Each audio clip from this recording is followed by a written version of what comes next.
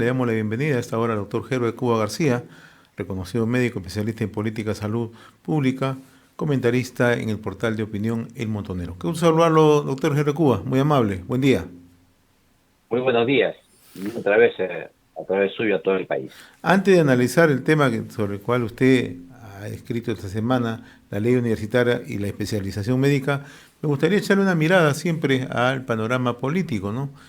¿Cuál es para usted el tema más resaltante de la semana? Creo que el tema más saltante de la semana ha sido la continuación del debate en torno a la situación económica del país.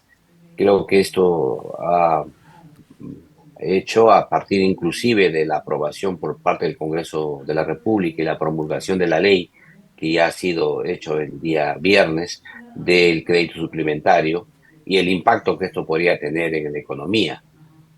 Como se sabe, también el Congreso de la República se ha encontrado una semana de representación. No ha habido desde el Congreso de la República debates importantes porque la semana el Congreso ha estado, como se dice, sin actividad parlamentaria. Sin embargo, esto ha llevado a conversar ampliamente si es que este crédito suplementario podría o no paliar este problema de la falta de crecimiento económico, o también cuáles serían las alternativas para salir de este impasse o de recesión que tiene el país. Esto creo que es el primer debate económico de fondo que el gobierno no podría seguir con la inercia de que se ha venido llevando hasta la fecha. Va a tener que tomar alguna decisión para tratar de mejorar la inversión pública. Y el segundo tema que todavía se ha debatido durante la semana a raíz de, de esto ha sido la situación del Consejo de Ministros, la posibilidad de que este Consejo de Ministros sea, como se dice, renovado o que continúe, y las baterías han caído directamente sobre el Ahora, ministro de Economía y Finanzas por las cifras que se han obtenido, pero también tiene relación con el enfoque que se tiene para salir de la crisis, sobre todo con la idea de los lotes petroleros que fueron adjudicados a Petroperú.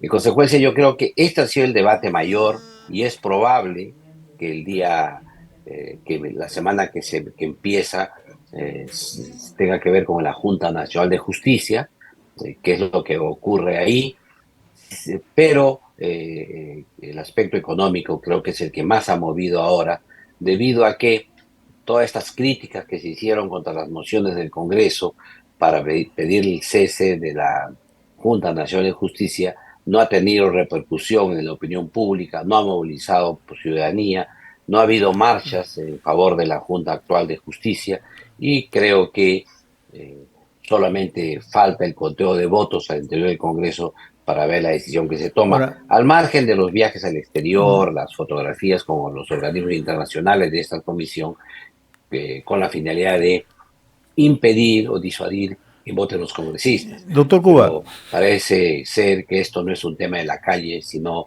solamente de las alturas de la política. doctor Cuba, lo que sí es un tema de la calle es el tema económico, porque lo que Exactamente. estamos viendo ahora, y aunque parezca ayer, ya por lo menos vemos un primer enfoque de la situación económica, ¿no? Cómo se están afectando restaurantes, ¿no? Emprendimientos pequeños están siendo afectados, ¿no? Y usted mencionaba algo bastante puntual, ¿no? Esta semana el Congreso aprobó este crédito complementario, este presupuesto complementario y que ha sido publicado ayer por el gobierno, ¿no? Pero eso, en realidad, si uno le echa una mirada, daría la impresión que el gobierno está más preocupado en el gasto público que en generar confianza para atraer inversiones. Y un conjunto de analistas ya lo han dicho, ¿no? Si el gobierno no da señales claras, si el gobierno no empieza a establecer un nivel de predictibilidad, va a ser muy difícil salir de esta crisis económica. Uno por el desgaste propio del gobierno, otro porque el gobierno no da esas señales que se requieren para que el inversionista venga al país. Y usted también mencionaba otro punto, ¿no? Que guarda exactamente relación, ¿no? La permanencia o no de los ministros de Estado en algunas carteras, que tiene relación exacta con el momento político. Mire, hay tres grandes bloques dentro del Congreso que tienen una relación eh, directa con la sostenibilidad del poder ejecutivo.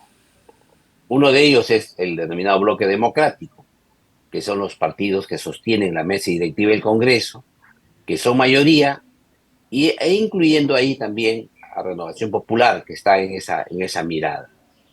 El segundo bloque es un bloque que está en el centro, eh, variopinto, ¿no? Que está muy fragmentado, ¿no?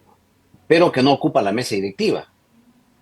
Y hay otro grupo un poco más hacia la izquierda, que es el grupo denominado progresista, que es muy pequeñito, y luego el grupo de izquierda. Pero este grupo de izquierda sostiene la mesa directiva con el partido Perú Libre. Entonces, ahí hay un muy buen contingente del Congreso que sostiene la actual mesa directiva. Pero en esta mesa directiva actual se sostiene sobre la base del crecimiento económico. Casi es su, casi es su unión para la mesa, está en la idea de que lo hacen por el Perú, por el crecimiento económico del país. Y el crecimiento económico implícitamente lleva a la reducción de la pobreza. Entonces, esa es la alianza. Sin embargo, si usted tiene un gobierno que no logra, no es efectivo en el crecimiento económico, ¿ya? Por un lado. Por otro lado, las señales que presenta, como es el caso, por ejemplo, del tema que hemos conversado, de los lotes petroleros, usted va a tener entonces una mirada contradictoria con este grupo. Y este es el grupo que le sostiene. Ahora, si usted le hace guiños al grupo del centro o al grupo de progresista y usted lleva la agenda por ese lado, entonces lo que va a tener ahí va a ser una mirada un poco incongruente con la mayoría congresal. Ahora, Pero además de eso, si uno mira el crédito suplementario, lo que se ve ahí también es el afán de congraciarse con los gremios así sindicales es. por el tema de los bonos y todo esto que ya hemos conversado la semana pasada.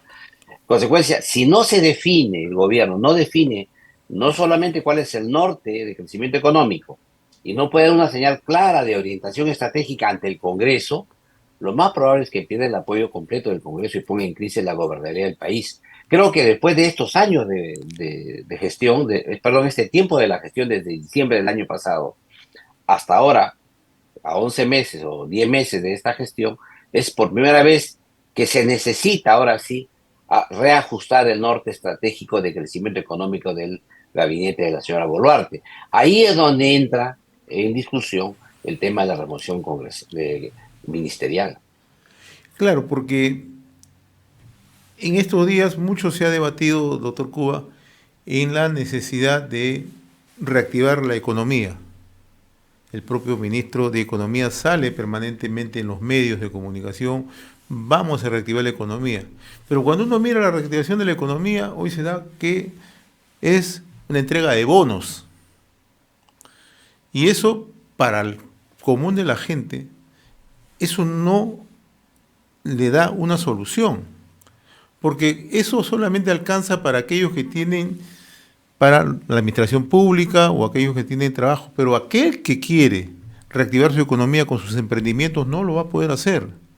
Ya está demostrado que están cerrando pequeños negocios. Y eso va asociado a la inseguridad ciudadana, que es el otro tema. Entonces yo le decía, el gobierno no está mirando muy de cerca lo que está ocurriendo en la calle. Probablemente no tengamos los sobresaltos del gobierno de Pedro Castillo, pero en la economía estamos mal. Estamos mal y ha tenido la oportunidad de reactivar la economía. Lo más dramático que tiene el gobierno es entrar en el círculo vicioso. Más bonos porque aumenta la Así pobreza. es. ¿Le van a exigir Y más? aumenta la pobreza, menos crecimiento económico, más pobreza. Y este círculo, Así es.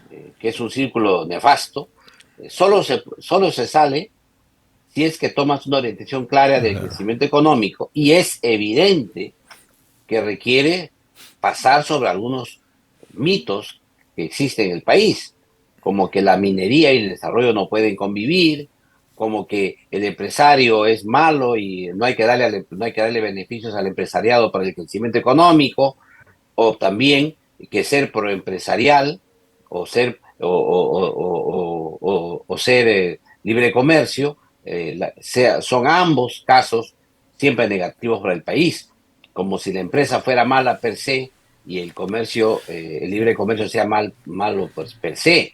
O sea, ahí hay temas que se tiene que deslindar al interior del gobierno y se tiene que enfrentar de una vez el tema, porque si no, ¿qué es lo que observamos? Que va a haber un descontento de toda la clase política que sustenta el gobierno y ahí viene esa falta de sostenibilidad para el gobierno y la caída del gobierno. Esto es algo cantado, o sea, esto no se necesita ser experto en nada para darse cuenta que cuando los de arriba no están contentos y los de abajo tampoco están contentos, es imposible gobernar, ¿no? Y ahí va a venir el viejo dicho que tú con las bayonetas puedes hacer todo, menos sentarte en ellas. Y es lo que le va a pasar al gobierno si es que no logra considerar una base social sostenible, económica, que le permita sostenerse en el gobierno. Y aquí la varita mágica, y siempre lo ha sido así, es el crecimiento económico. Si uno mantiene un crecimiento económico arriba del 4%, reduce pobreza, le da dinamismo a la economía, y los debates políticos, como era tradicional en el Perú, iban por cuerdas separadas. Nadie tocaba el crecimiento económico. Pero cuando entramos en un momento en el cual no se toman decisiones para avanzar en el crecimiento económico, no hay pactos políticos consistentes en la orientación para el crecimiento económico, entonces la situación del país se torna complicada. Creo Así que ese es. es el debate de fondo que además Claro. Y no le el está tomando gobierno, atención el gobierno. A excepto yo solamente veo que eh, sale el ministro de Economía. A la presidenta no le he escuchado hablar en este debate de fondo, ¿no? Sobre temas claros, sobre señales claras, ¿no? Si bien es cierto, dice, está abierto el país a las inversiones, pero eso no es suficiente. Tienes que dar señales claras y decirle a los empresarios, decir, mire, vamos a acompañar tal proyecto, vamos a sacar tal proyecto. De eso se trata. hay una serie de aristas que hay que tomar en cuenta para esto.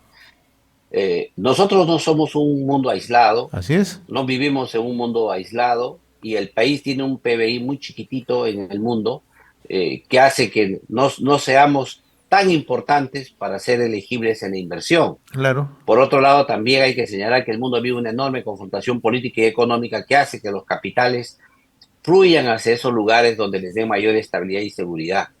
Y el Perú debería aprovechar esa circunstancia y el Perú no lo hace. Mira, tenemos inversiones esperando ahí que el Perú le dé las señales que esto funcione. Aquí se ha creado un concepto que en su momento fue muy optimista, que fue la legitimidad social para la inversión, que hace que pequeños grupos ideologizados puedan paralizar inversiones. Entonces, este es el tema que hay que conversar y hay que discutir. ¿Cuál es el tope de esta legitimidad social? ¿Quién la ejerce? ¿La ejerce los sectores directamente involucrados al territorio, la provincia, la región o el departamento, el país? O sea, ¿quién ejerce esa legitimidad social?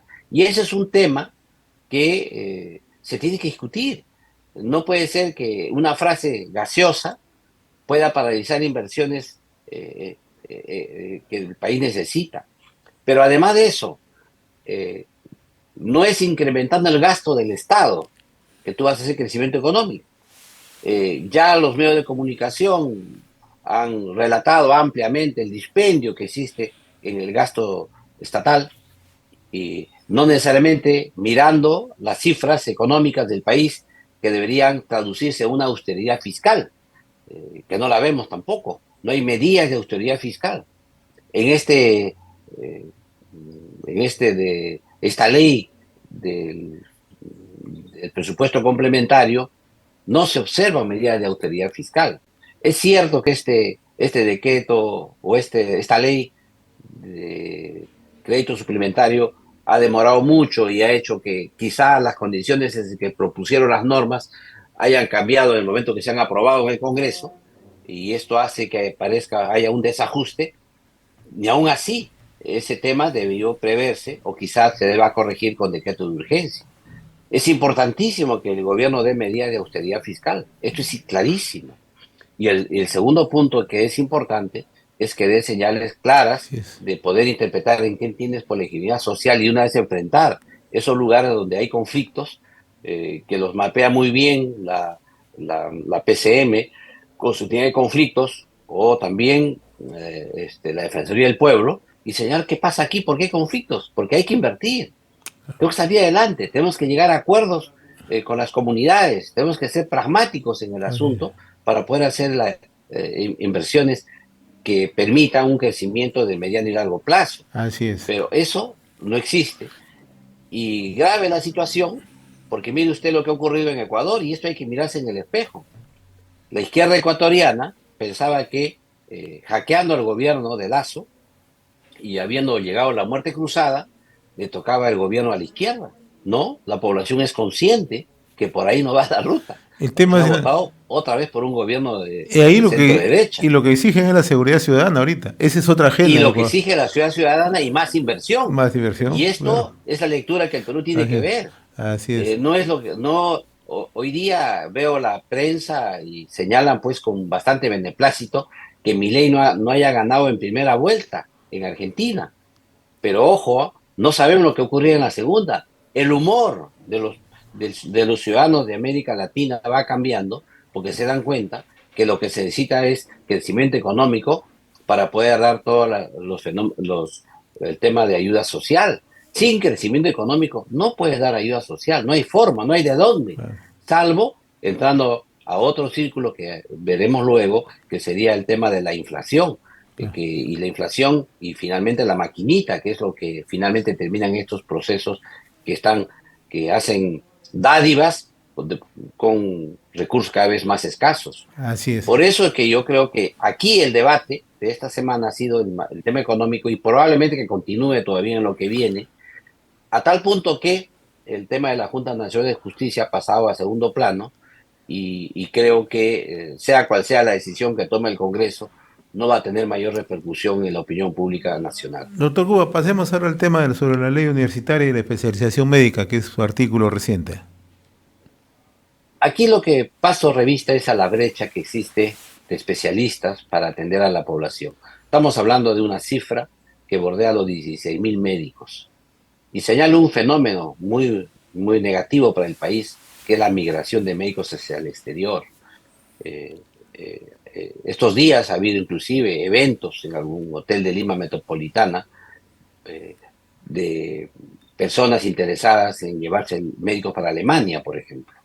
Y esto hacen entrevistas con los médicos acá en Perú y les proponen contratos muy favorables para ellos, no solamente para su desarrollo personal y profesional, sino también para sus familias. Esto, como se dice, vienen a reclutar médicos al Perú para llevárselos a Europa. Hoy también hay otra corrida de médicos hacia los Estados Unidos. Entonces, y el Perú necesita especialistas. El Perú los produce. Tenemos una formación médica prolongada eh, que hace que tengamos médicos eh, preparados. Tenemos un sistema en medicina que los médicos que egresan de las universidades tienen que dar un examen de suficiencia profesional y esto les asegura un nivel de capacitación que está a la par con países desarrollados y eso hace que los médicos sean muy requeridos en el exterior. Esto se tiene que de una vez resolver mediante el proceso de especialización profesional médica que hace que los médicos sigan áreas que son necesarias para ellos. Y el Perú, para los médicos, se ha generado un sistema que es contrario, discriminatorio inclusive. Por ejemplo, si usted tiene una profesión de periodista o tiene una profesión de abogado o tiene una profesión de eh, enfermería, usted puede tranquilamente hacer una especialidad en 12 semestres académicos, con 40 créditos, con una tesis o un trabajo de investigación y es titulado y es especialista. Sin embargo, al médico se le exige para el mismo título un programa de residentado, 3 años a 5 años de capacitación, ¿no es cierto? Con que le dan el título, etcétera, para poder obtener el beneficio luego en el trabajo de un bono que ya lo ganan aquellos que tienen 2 semestres académicos. ¿Por qué? Porque ese modelo Claro. ha hecho que se aplique, a pesar de que la ley no lo dice, la ley da la posibilidad de tener las dos formas de especialización, sea por residentado médico, sea por la especialización regular. A los médicos se les cierra una de ellas simplemente para dejarlo en una complicada especialización solo subvencionada por el Estado.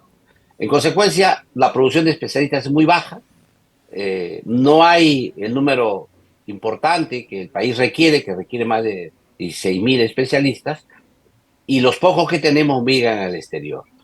Yo creo que en ese interín, mi reflexión es que deberían sentarse a conversar la SUNEDU, las universidades, el Ministerio de Salud, el Congreso, inclusive si es posible, a tratar de resolver de una vez cómo hacemos para aquellos profesionales que ya se desempeñan en la especialidad puedan fortalecer sus capacidades con cursos que den las universidades a través de esta modalidad regular de especialización que tienen todas las otras carreras profesionales y puedan obtener el título de especialista.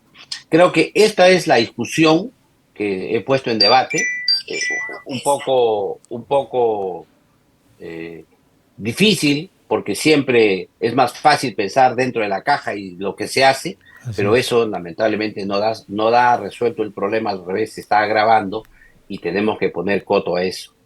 Por eso es que más que dar soluciones, el artículo que he propuesto busca generar debate, buscar consensos para dar una respuesta definitiva al tema. Muy bien, doctor Heber Cuba. Como siempre, yo le agradezco la amabilidad que he tenido con RCR, Red de Comunicación Regional. Muy amable. Hasta la siguiente semana. Un Buen día. abrazo una vez más.